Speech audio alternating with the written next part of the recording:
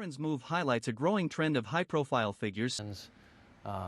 It's a difference. James Cameron says he permanently moved his family to New Zealand because it's sane compared to the US. James Cameron has long admired New Zealand, but the COVID-19 pandemic led him and wife Suzy Amis Cameron to make a permanent move to the country. Avatar. Fire and Ash director Cameron, 71, shared that New Zealand's approach to dealing with the pandemic that erupted around the world in 2020 made him want to live in the country, when he appeared on the latest episode of In Depth with Graham Besinger. Read about it on the Discover and you meet people and you want to. Cameron's move highlights a growing trend of high-profile figures. Cameron said during the interview that he first visited New Zealand in 1994. "I made myself a promise. I'm going to come live here someday," he recalled thinking, after he just really fell in love with the country and its people. "When Suzy and I were first getting serious," she said, "fine, no problem, she was game," he added of his wife Suzy, 64, whom he married in 2000 and shares 3 children with. Appreciated the way New Zealand Forthright, they're safer here, but I certainly feel like I don't. Now, later, we have children, we have a family, we've got roots in Malibu and Santa Barbara. That conversation had to be amended slightly, but we did say after Avatar, let's make this happen.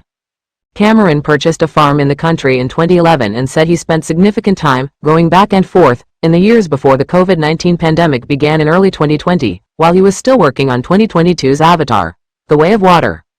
They decided to make the move as a family in August of that year. Cameron also appreciated the way New Zealand forthright, they're safer here. New Zealand had eliminated the virus completely, Cameron said. They actually eliminated the virus twice. The third time when it showed up in a mutated form, it broke through. But fortunately, they already had a 98% vaccination rate. This is why I love New Zealand. People there are, for the most part, sane as opposed to the United States where you had a 62% vaccination rate, and that's going down, going the wrong direction. A decline in the values that where you show up, where you're active, where you're engaged in.